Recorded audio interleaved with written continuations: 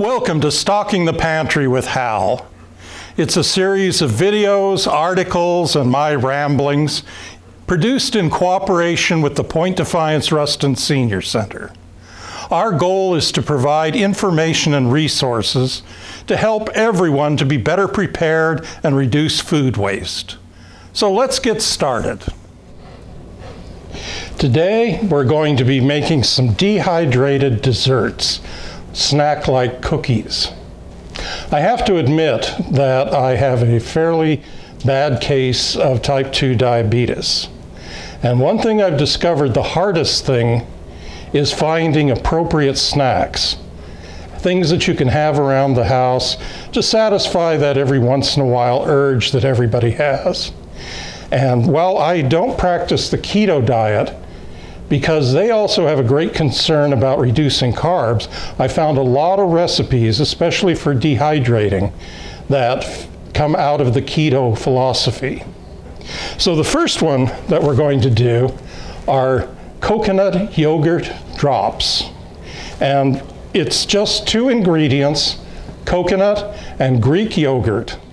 And it's very important that you use a good thick yogurt. If you don't have the Greek yogurt already, if you just have regular yogurt, you would want to strain it through cheesecloth for a few hours so that it ends up to be fairly thick.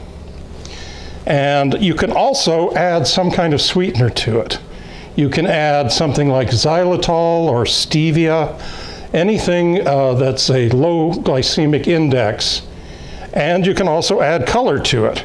Now, a lot of people like to do things like adding something like the beet powder to make it pink, different things like that.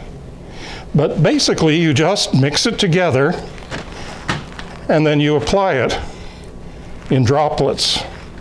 Now, you can, if you're comfortable with a pastry decorating tube, you can certainly use that.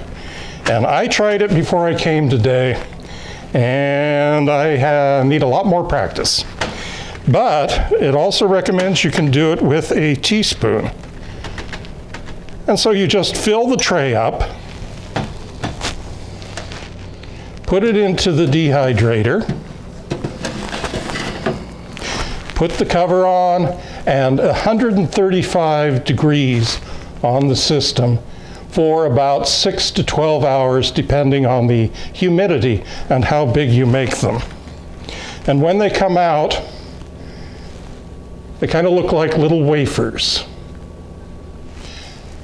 And the second recipe we're going to do are lemon cookies. There's no flour in them, no sugar in them. They're made with cashews, coconut again, lemon, lots of lemon juice, and you can see it when they're finished. They have lemon zest on top of them. And they also have, you can use agave syrup, and it's not much. For a whole big batch, it's like 2 tablespoons of agave syrup. But you could probably use any other kind of sweetener you like. And so this recipe is a little more complicated than the yogurt coconut drops, because you're going to need a food processor.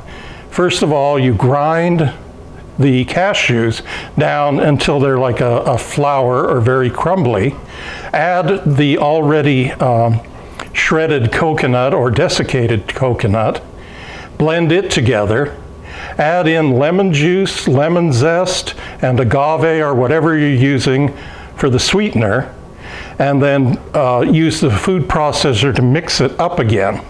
And then what you want to do is take it, and it should stick together like these. Roll it into balls. You can even use one of those things that look like ice cream scoops. That makes them uniform size. Get them out, and then just like a lot of different cookies, you can take a glass and just squash them down. Now, unfortunately, this has been sitting out a little bit too long, so it's dried beyond the point of where it has coherence. But if you mix it up and get it right in there, it works fine. Now this one, the temperature would be 105 degrees, which is almost as low as the temperature on a dehydrator will go. And a lot of that is because of the rich oils in the coconut and in the cashews, which need to stay at a lower temperature to keep them very fresh.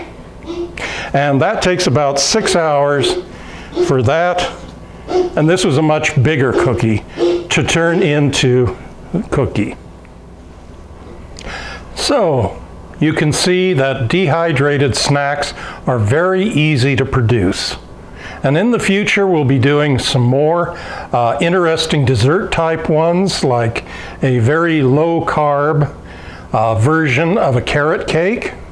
And then also we're going to be doing some of the chips and different kinds of like tortilla chip kind of things. So thank you for joining us.